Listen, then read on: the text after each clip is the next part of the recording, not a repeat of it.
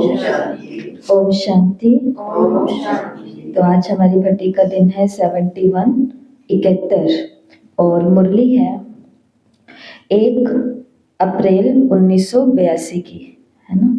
और मुरली का टाइटल है भाग्य का आधार त्याग। कमाल की बात यह है कि इस मुरली से लेकर के आगे की जो मुरलियां हैं, ये 7 मुरलियां जो चलने वाली है लगातार, ये 7 दिन, ये बाबा ने समझो त्याग का 7 दिन का कोर्स कराया। सातों की सातों मुरलियां त्याग के ऊपर है लाइन से। तो उस 7 में से आज पहला चैप्टर खुलेगा, पहला पार्ट खुलेगा। जैसे 7 डे का कोर्स होता है तो पहले दिन पहले चैप्टर खुलते हैं, दूसरे दिन दूसरे चैप्टर खुलते हैं, तीसरे दिन तीसरे चैप्टर खुलते हैं। ऐसे 7 दिन के चैप्टर कंप्लीट होते हैं।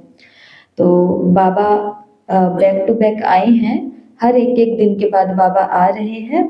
और मुरली है ये 82 की। तो मैं आपसे पूछना चाहूंगी, बताओ 1982 के अंदर जब बाबा आए तो बाबा की पधरामणि कहाँ हुई? ओम शांति भवन में, शांतिवन डायमंड हॉल में, मेडिटेशन हॉल में या हिस्ट्री हॉल में?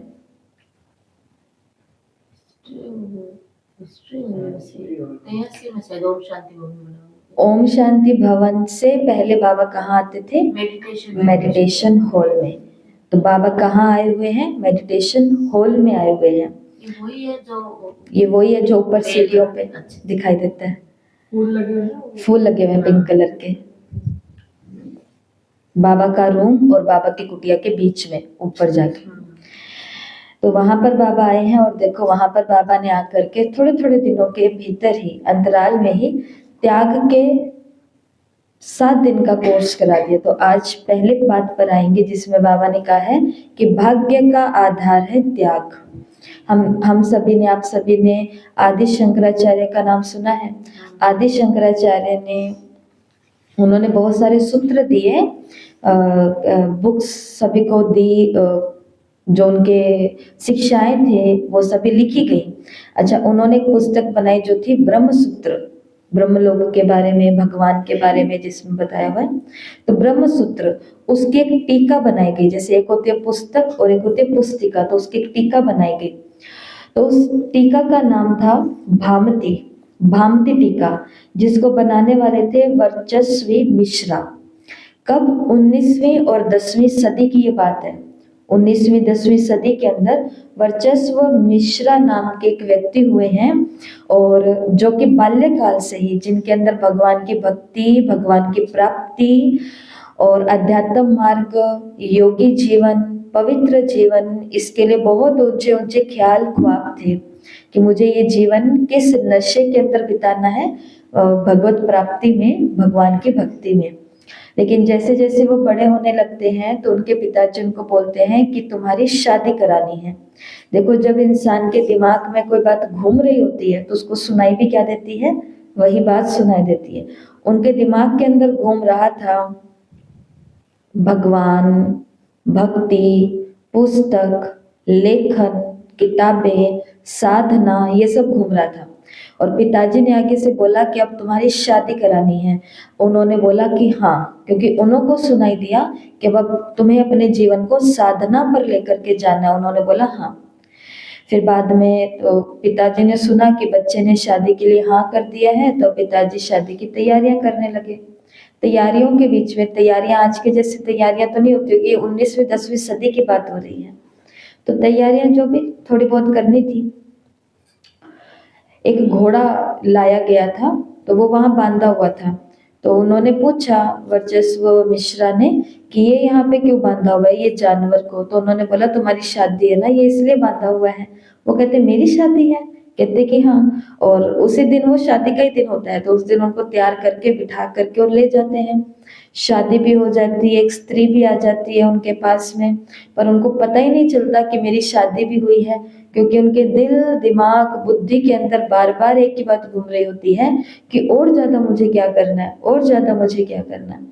अच्छा जी, वो घर भी आ जाते हैं। वो ये भूल ही चुके हैं कि मैं मेरे साथ में कोई कन्या को भी लेकर के आया हूँ। 1 साल, 2 साल, 3 साल, बताते हैं कि लगभग 12 वर्ष लगे थे उनको अपना वो किताब पूरा करने के लिए, जो टीका है भामती टीका।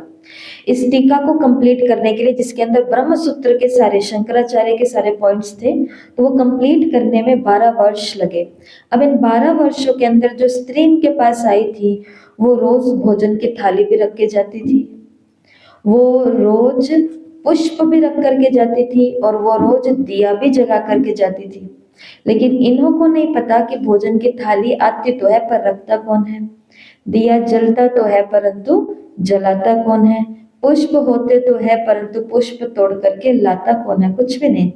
और इन्होंने अपने बुद्धि के अंदर सोचा हुआ था कि जिस दिन मेरी ये टीका बन करके, पुस्तक बन करके तैयार हो जाएगी, उसी दिन ही मैं संसार को त्याग दूंगा, सन्यासी बन जाऊंगा। तो आज वो अंतिम दिन था जब इनकी टीका कंप्लीट हो चुकी थी और इनको जाना था जंगल में, संसार को छोड़ करके सन्यास के लिए। और उसी समय ये स्त्री इनके सामने खड़ी हुई, क्योंकि वो ध्यान उधर से हटा तो वो स्त्री दिखाई दी। स्त्री दिखाई दी तो इन्होंने बोला कि तुम यहाँ क्या कर रही हो संध्या के समय, तो अगर कोई स्थान को भूल गई हो तो मैं तुम्हें वहां छोड़ आता हूँ। तो ये बोलती है आगे से कि मैं तो आपकी युगल हूँ, मैं तो आपकी स्त्री हूँ, 12 वर्ष हो गए हैं हमारे विवाह को। वो कहते कि अच्छा 12 साल हो गए हमारे विवाह को। वो कहते हैं कि परंतु मैंने तो संकल्प किया हुआ था कि जिस दिन मेरी टीका कंप्लीट होगी मैं तो जंगल, संसार को छोड़ के जंगल में चला जाऊंगा। तो मुझे बहुत दुख हो रहा है इस बात के लिए कि मैंने तुमको इतना दुख दिया। तो वो बोलती है कि आप किसी भी बात पर दुखी ना होएं, क्योंकि मुझे किसी भी बात का दुख नहीं है। मैं मात्र आपका सहयोगी बनने के लिए आई थी और मैंने अपने कर्तव्य को पूरा किया ताकि आप अपने लक्ष्य को प्राप्त कर सके। इसलिए मुझे दिया जलाना वो मेरा कर्तव्य था, वो मैंने किया। भोजन रखना मेरा कर्तव्य था, पुष्प रखना मेरा कर्तव्य था। लेकिन जैसा कि उन्होंने अपने आप के साथ दृढ़ संकल्प किया हुआ था कि जैसे ही काम पूरा होगा तो मैं तो संन्यास ले लूंगा, और वो चले जाते हैं। संसार के अंदर वर्चस्व मिश्रा किसी को भी याद नहीं है। ब्रह्म सूत्र की एक पुस्तक बनी, किसने बनाई, कहाँ बनाई, कुछ भी याद नहीं है। लेकिन उन्होंने क्या किया, उस पुस्तक का नाम अपनी वाइफ के नाम पर रख दिया, क्योंकि उनकी पत्नी ने 12 साल बहुत बड़ा त्याग किया था। तो पुस्तक का नाम रखा गया था भामती टीका। और भामती किसका नाम था, इनकी पत्नी का नाम था। कहने का भाव ये है कि ये जो भामती टीका निकला नाम, ये उस भामती को भाग्य के रूप में कैसे मिला कि एक टीका के ऊपर, एक पुस्तक के ऊपर, एक ग्रंथ के ऊपर उसका नाम आ गया, जबकि उसने ना लिखा, ना पढ़ा, ना जाना, ना कोई सहयोग किया। लेकिन उस पुस्तक के ऊपर उसका नाम कैसे आ गया, ये भाग्य उसको कैसे प्राप्त हुआ, त्याग से। कई साल उसने त्याग किया है, इतना त्याग करने के बाद में भाग्य प्राप्त होता है। और ऐसे भारत के इतिहास में बहुत बहुत बहुत कहानियां हैं कि जहां पर किसी ने कोई त्याग किया है और इतिहास के पन्नों पे उसका नाम भाग्य के रूप में अंकित भी हुआ है। मुरली के अंदर बाबा ने कहा कि भाग्य का आधार है त्याग। बाबा के पास ट्रस्टी बच्चे भी हैं जो गृहस्थी में रहते हैं। देखो, जो गृहस्थ में रहने वाले बाबा के पक्के बच्चे, वो कभी बोलते नहीं हम गृहस्थ में रहते हैं, वो हमेशा बोलते हैं कि हम तो ट्रस्टी हैं, हम तो ट्रस्टी है। वो ये नहीं बोलते हम गृहस्थी हैं, क्योंकि उनको कभी बोझ लगता ही नहीं है गृहस्थी वाला, और ना उनसे ऐसे कोई कर्म होते हैं कि वो गृहस्थी वाली चीज बोले खुद को। तो बाबा ने अपने दोनों बच्चों को देखा, नाम एक ही है दोनों का, गृहस्थी में रह रहे हैं, उनको भी क्या कहते हैं, वो भी क्या कहते हैं, हम कौन है, ब्रह्मा कुमार और ब्रह्मा कुमारी है। और जो सेवा के अंदर पर सेवाधारी बन करके रहते हैं, वो भी क्या कहते हैं कि मैं कौन हूँ, ब्रह्मा कुमार और ब्रह्मा कुमारी हूँ। तो बाबा ने कहा नाम दोनों का क्या है, एक ही है। शुद्र जीवन सभी ने त्याग दी है, फिर भी नंबर 1 और नंबर लास्ट में अंतर क्यों। चाहे प्रवृत्ति में रह ट्रस्टी बन चल रहे हो, चाहे प्रवृत्ति से निवृत्त होकर सेवाधारी बनकर सदा सेवा केंद्र पर रहे हुए हो, लेकिन दोनों ही प्रकार के ब्राह्मण, चाहे ट्रस्टी हैं चाहे सेवाधारी हैं, दोनों नाम तो एक ही लेते हैं ना, ब्रह्मा कुमार ब्रह्मा कुमारी। सरनेम दोनों का एक ही है, लेकिन दोनों के त्याग के आधार पर भाग्य बना हुआ है। जो सच्चे, बाबा ने कहा ट्रस्टी आत्मा है, और यहाँ पे बाबा ने क्लियर किया कि ऐसे नहीं कि सेवा केंद्र पर रहना ही ये श्रेष्ठ त्याग और भाग्य है। बाबा ने कहा ट्रस्टी आत्माएं भी त्याग वृत्ति द्वारा माला में अच्छा नंबर ले सकती है, लेकिन वो ट्रस्टी कैसे होने चाहिए? सच्चे और साफ दिल के होने चाहिए। जरूरी नहीं है कि सेंटर पर आकर के रहेंगे तो ही हम बहुत भाग्यवान और त्यागवान माने जाएंगे। बाबा ने कहा ट्रस्टी में भी रहते, अगर सच्चे और साफ दिल के साथ रह रहे हो तो भी नंबर क्या आएंगे? आगे आ सकते हैं। श्रेष्ठ भाग्य की लकीर खींचने का आधार है श्रेष्ठ संकल्प और श्रेष्ठ कर्म। मुरली के आगे चलते हैं तो मालूम पड़ता है ब्राह्मण माना ही भाग्यवान। आगे बढ़ाते, कहाँ तक आगे बढ़ाते हो, कितना श्रेष्ठ बनाते हो, ये हर एक के पुरुषार्थ पर है। बाबा ने कहा भाग्य तो सभी को मिला है, खजाने तो सभी को मिले हैं, लेकिन भाग्य किस आधार पर मिलता है? कोई है जो खजाने को अपने पास रख लेता है और कोई है जो खजाने को बढ़ाता है, बांटता है। बाबा ने कहा एक है संभाल करके रखना और दूसरा है बढ़ाना। नंबर इस पर ही बनते हैं। कौन अपने नंबर ट्रस्टी और सेवाधारी पर नहीं बनते हैं? नंबर कहाँ बन रहे हैं कि खजाने जो मेरे को मिले हैं उसको मैं बस संभाल के रख रही हूँ या उसको बढ़ा रही हूँ। ऐसे नहीं कि सेवाधारियों को 10 पदम देते और ट्रस्टियों को 2 पदम देते। बाबा ने कहा सभी को ही पद्मा पदमपति कहते हैं, लेकिन भाग्य रूपी खजाने को संभालना अर्थात स्वयं में धारण करना और भाग्य रूपी खजाने को बढ़ाना अर्थात मन वचन और कर्म से सेवा में लगाना। नंबर इसमें बनते हैं। योग करते हैं, योग अभी तक सालों साल बीत गए हैं, कौन सा योग कर रहे हैं? बाबा की किरणें आ रही हैं, मुझे अच्छा बना रही है। बाबा की किरणें आ रही हैं, मेरे बच्चों को अच्छा बना रही है। बाबा की किरणें आ रही है, मेरी पत्नी को, मेरे पति को अच्छा बना रही है। बाबा की किरणें आ रही है, मेरा धन बढ़ा रही है।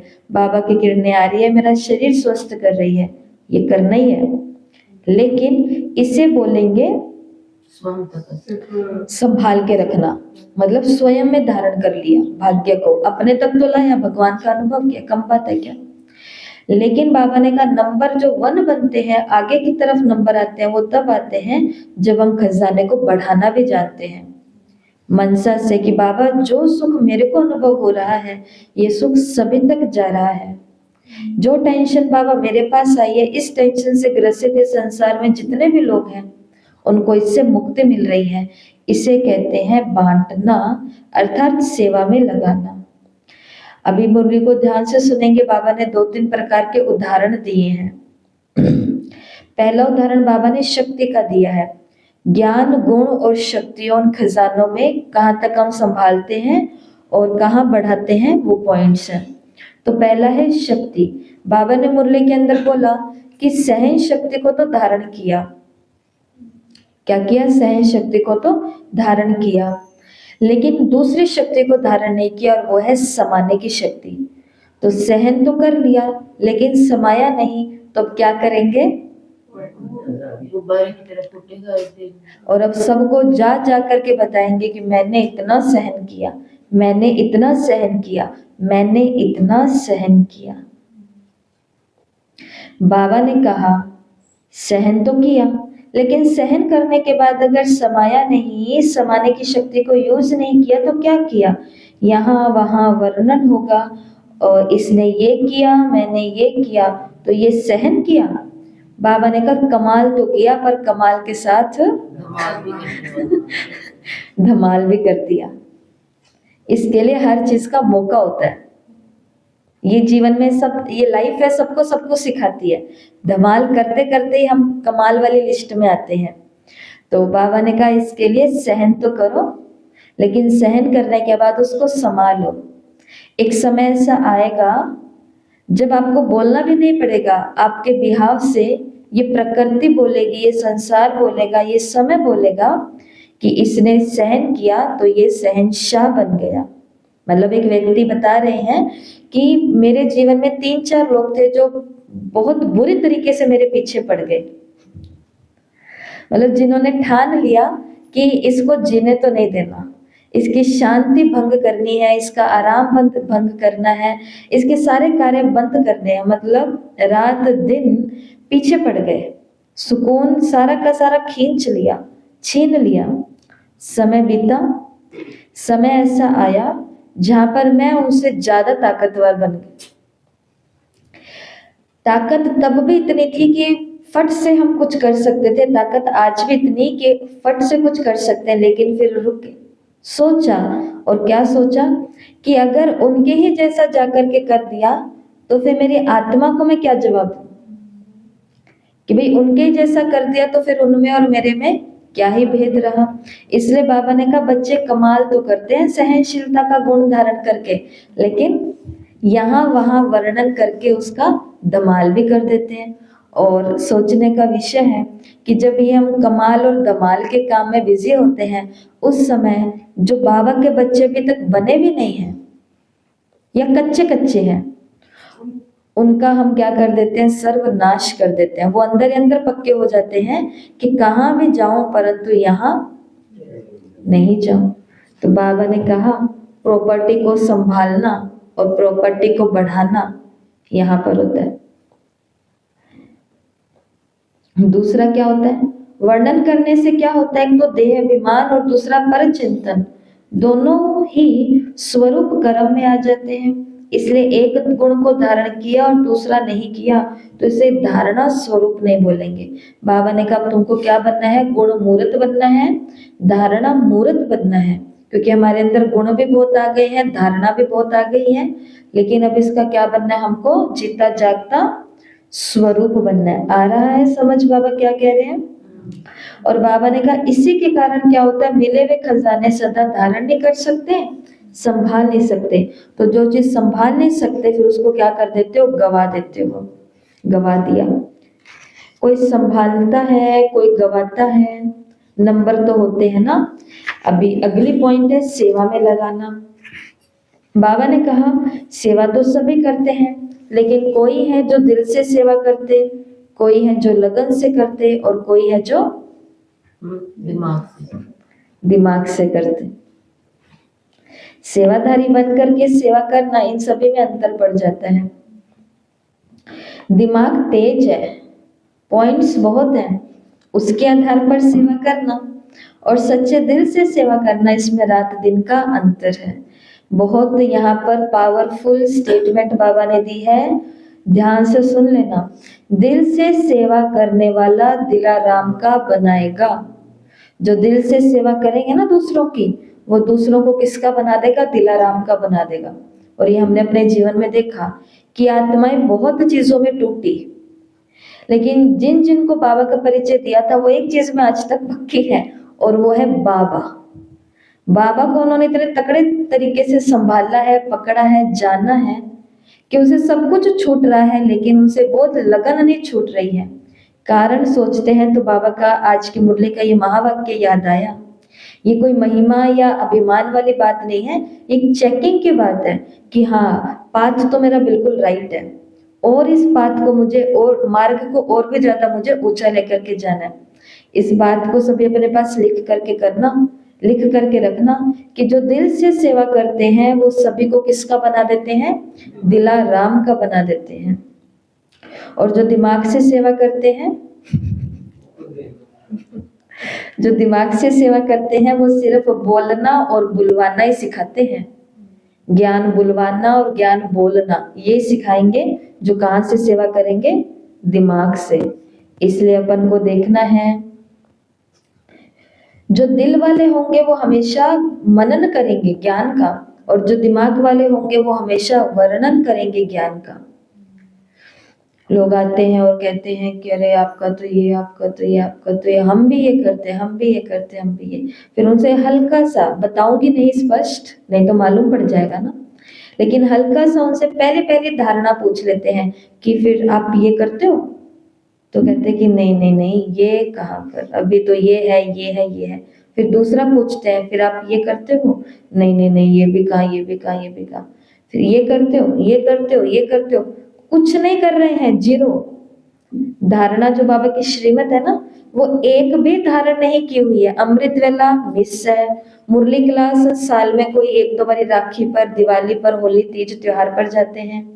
नुमा श्याम कहाँ जा रहा है, बिजनेस में कि बातों में कि पार्कों में कि कहाँ जा रहा है, कुछ अते पते नहीं है।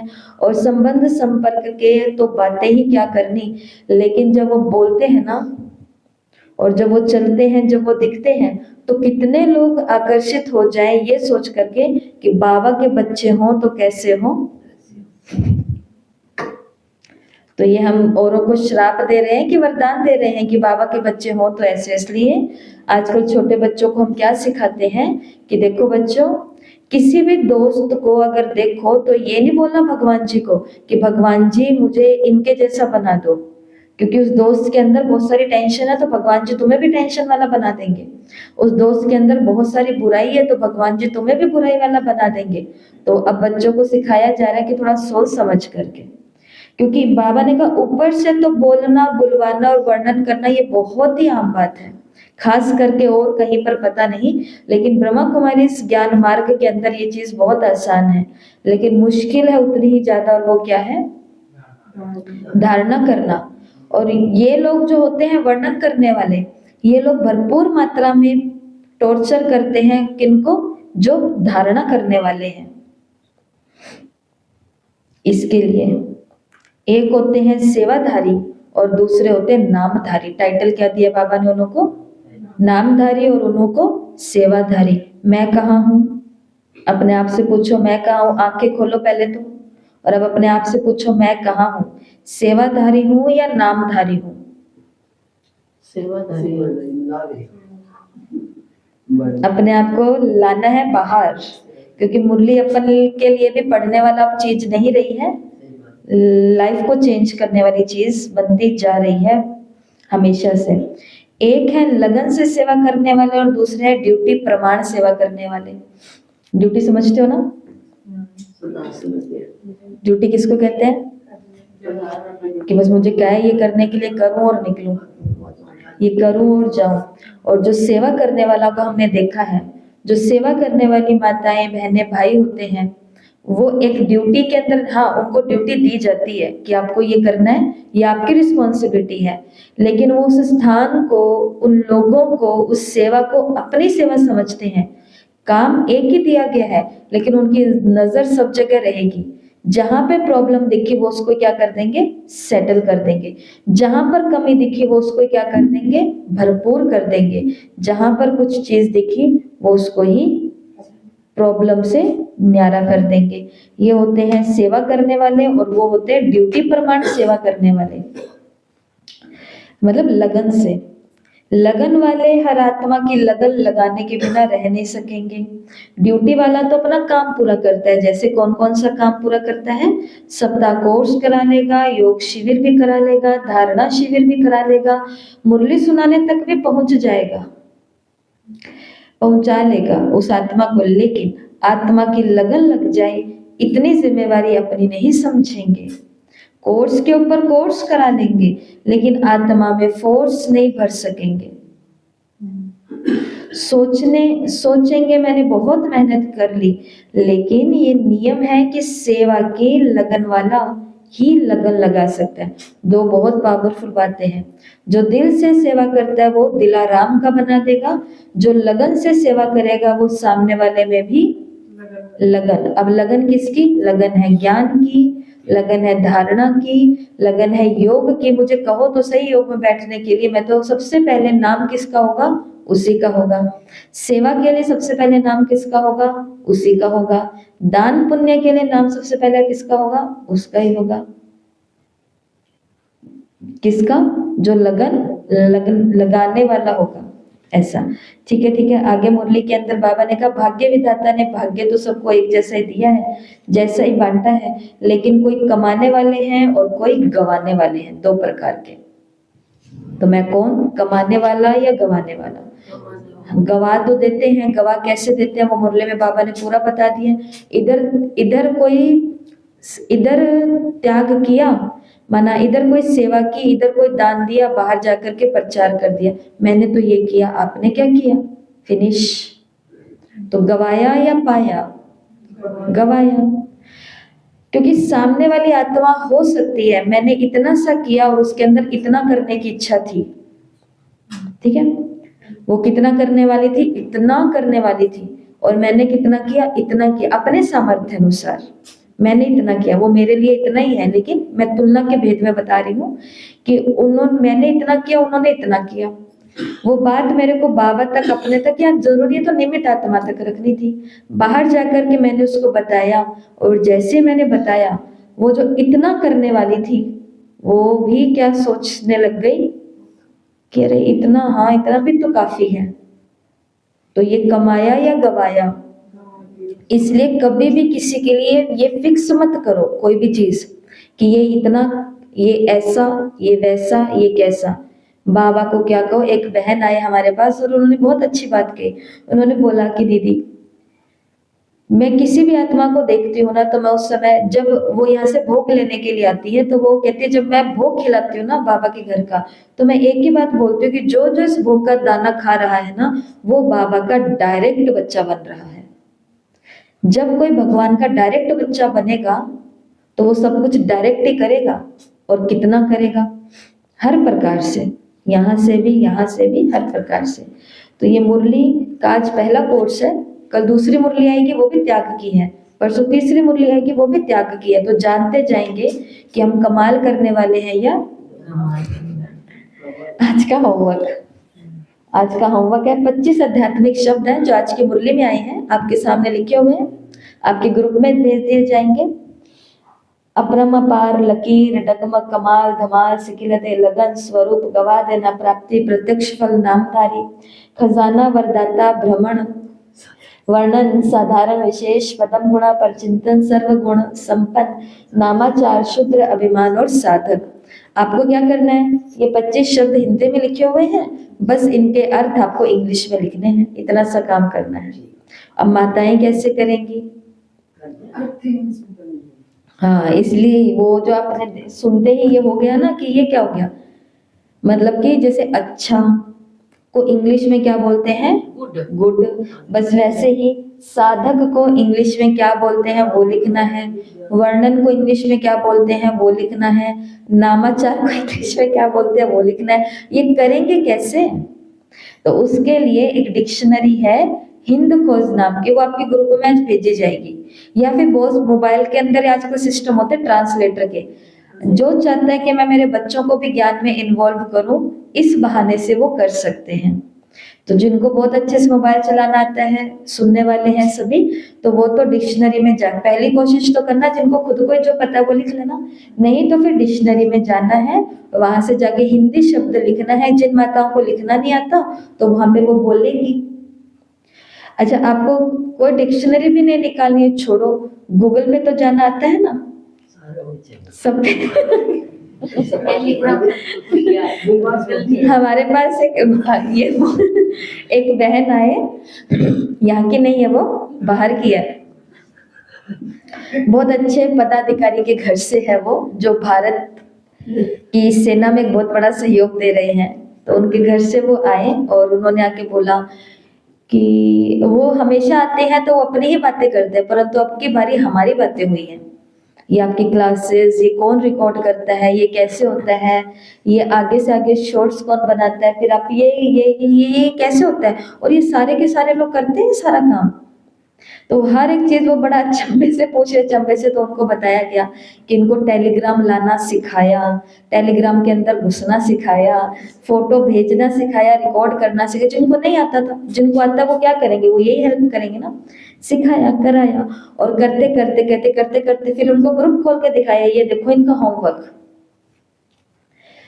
तो सब क्या है, एक्सपर्ट है यहाँ पर हर चीज में, कमेंट्री में भी, कविताओं में भी, गीतों में भी, किसी को पत्र लिखने में भी, सब करने में। अब बन गए ना, अब बन रहे, बन गए।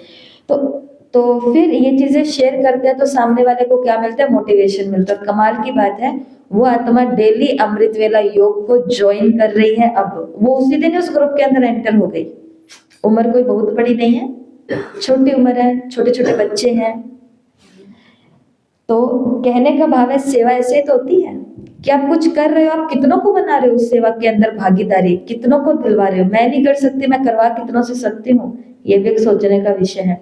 तो गूगल पर जाना, वहां पे जाके बस लिख देना नामाचार को इंग्लिश में क्या कहते हैं, वो आपको खुद बताएगा। आपकी सेवा में दास हाजिर है। ठीक है, तो क्रोम है, गूगल है, ये आपका इसके अंदर ही सिस्टम बना हुआ होता है, डिक्शनरी का सब कुछ इसके अंदर है।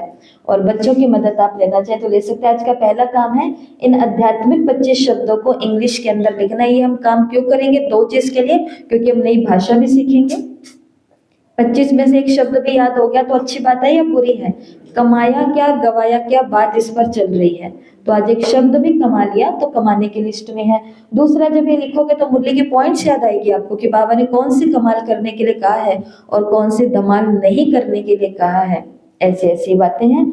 आज की मुरली का अगला होगा क्या? प्रकृति में किसी चीज से त्याग और भाग्य निर्माण की प्रक्रिया की तुलना करें। जैसे प्रकृति है, एक चीज का त्याग कर रही है तो दूसरी चीज का भाग्य बना रही है। उदाहरण के तौर पर वो आपको लिखना है। उदाहरण के तौर पर जैसे बादल है, बादल वर्षा का त्याग करते हैं, पानी का त्याग करते हैं, तो उससे क्या होता है? भाग्य किसका बनता है? नदियों का भाग्य, तो पानी उनमें आ जाता है, खेतों में आता है।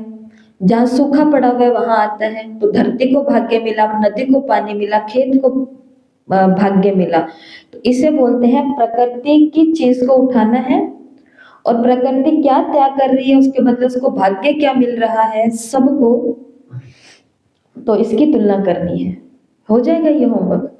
अब प्रकृति को देखना, प्रकृति की हर चीज ही त्याग कर रही है और भाग्य से प्राप्त हो रहा है। लकड़ियां काट रहे हैं, त्याग कर रही है और घरों में फर्नीचर बन रहे हैं। हाँ, औरों को ये भाग्य मिल रहा है।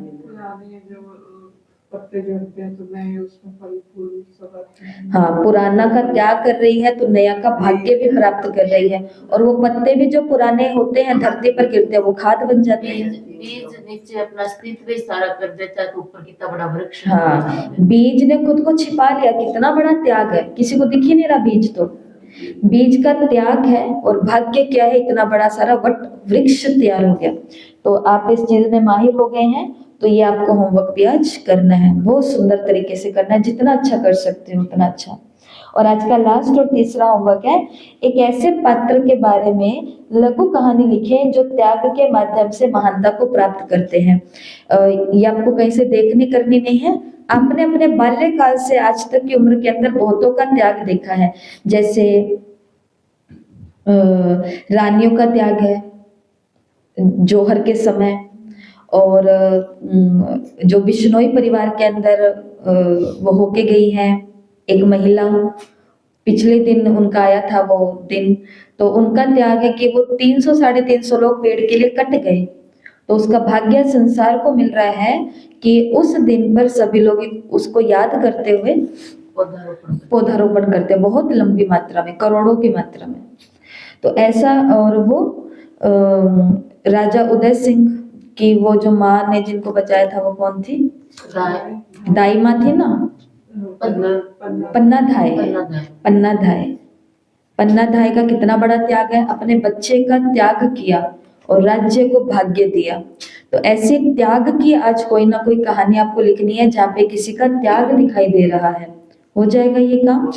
तो छोटी सी कहानी बस लिखनी है किसी भी इतिहास के कैरेक्टर को उठा करके, और वो तो ये है आज की मुरली का होमवर्क। मुरली सभी को पढ़नी है कंप्लीट, और टेस्ट सभी को देना है। ओम शांति। तो शहीद हुए तीनों भगत सिंह। हाँ।